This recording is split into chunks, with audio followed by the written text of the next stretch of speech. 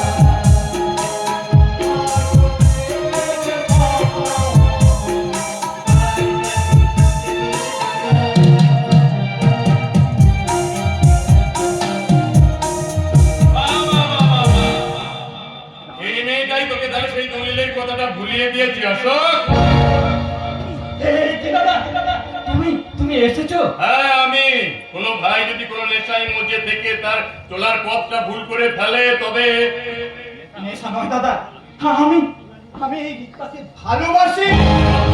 ভালোবাস, কিন্তু তার আগে ওদের কাছ থেকে দলিলটা ছিনিয়ে নে। হাত দিয়ে বসে থেকে নিজের দাদার মুখটার পড়াস না। ও আপনার মুখ পোড়াবে না দাদা, বরং আপনার মুখ উজ্জ্বল করে তুলবে। আমি তোমার সাথে কথা বলতে আসিনি, তুমি এখন এখান থেকে যেতে পারো। যাচ্ছি দাদা। আপনার ভাই দুর্ভাগ্যের আগুনে পড়তে পড়তে এই বাড়িতে এসে একটু শান্তির জল খুঁজে পেয়েছে। দয়া করে ওর সেই স্বপ্নের পৃথিবীটাকে আপনি ধ্বংস করে দেবেন না দাদা, ধ্বংস করে দেবেন। এই মেয়েটা মনে হচ্ছে তোকে সত্যি সত্যি ভালোবাসে রে।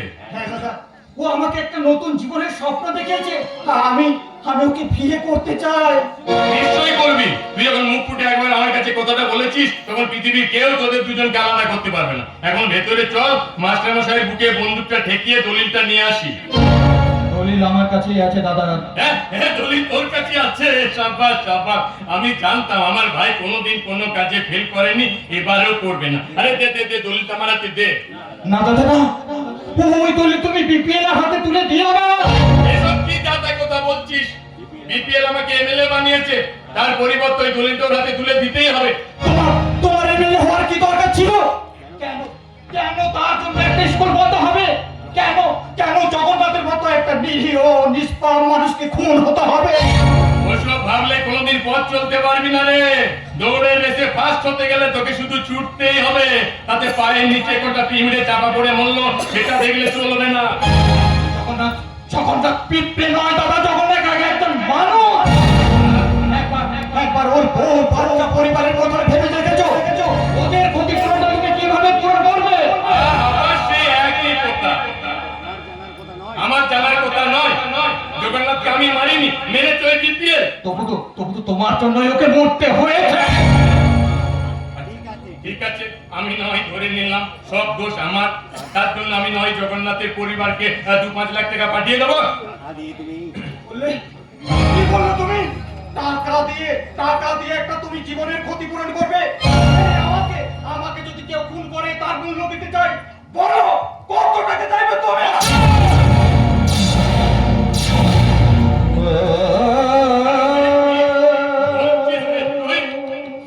তুই আমার বুকের একটা পাঁচড় রে।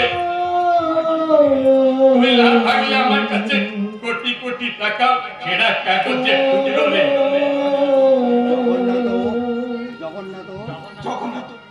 জগন্নাথ ওর পরিবারের কাছে এক অমূল্য সম্পদ ছিল দাদা।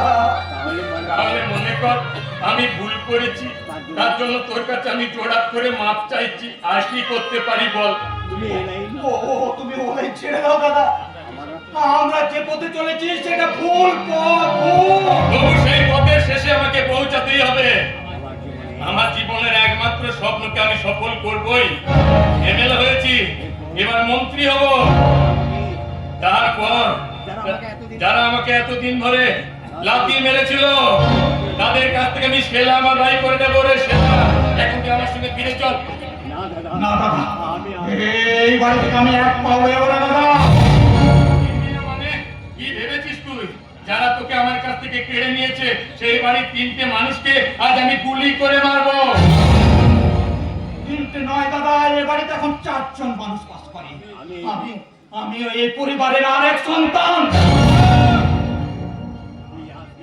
তুই আসবি কিনা আমি জানতে চাই। আমি এই বাড়ি থেকে বেরোবো না দাদা, তাহলে আমার রাস্তায় তোমার দিয়ে যেতে হবে। কাকে কি বলছিস রে তুই?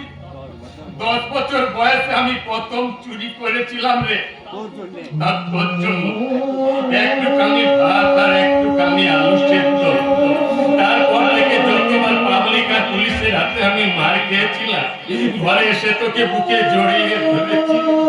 আমার সব ব্যথা বেদনা জ্বালা যন্ত্রণা এক নিমেষে ভ্যানিশ হয়ে গেছে রে। তখন আমি শুধু একটা কথাই ভেবেছি, এই ভাইটাকে আমি বড় করে তুলবো, মানুষের মতো মানুষ করে তুলবো। আমি তো মানুষ হতে চাইছি। প্লিজ দাদা, তোমার কাছে আমি হাত জোড় করে অনুরোধ করছি, এই পথ তুমি ছেড়ে দাও। ছাড়বো না। কি ভেবেছিস তুই তোকে ছাড়া আমার চলবে না?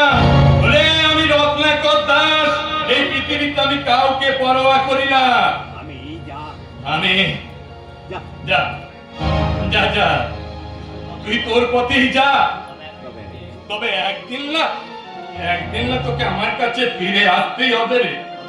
ততদিনের জন্য তুই আমার জীবন থেকে না, না, দাদা, না, না। যা যা যা, তুই যা খুশি কর, যা ইচ্ছে শোনো কর। দাদা, শোনো। তবে জানবি, আজ থেকে জেনে রাখবি, তোর এই দাদা মরে গেছে।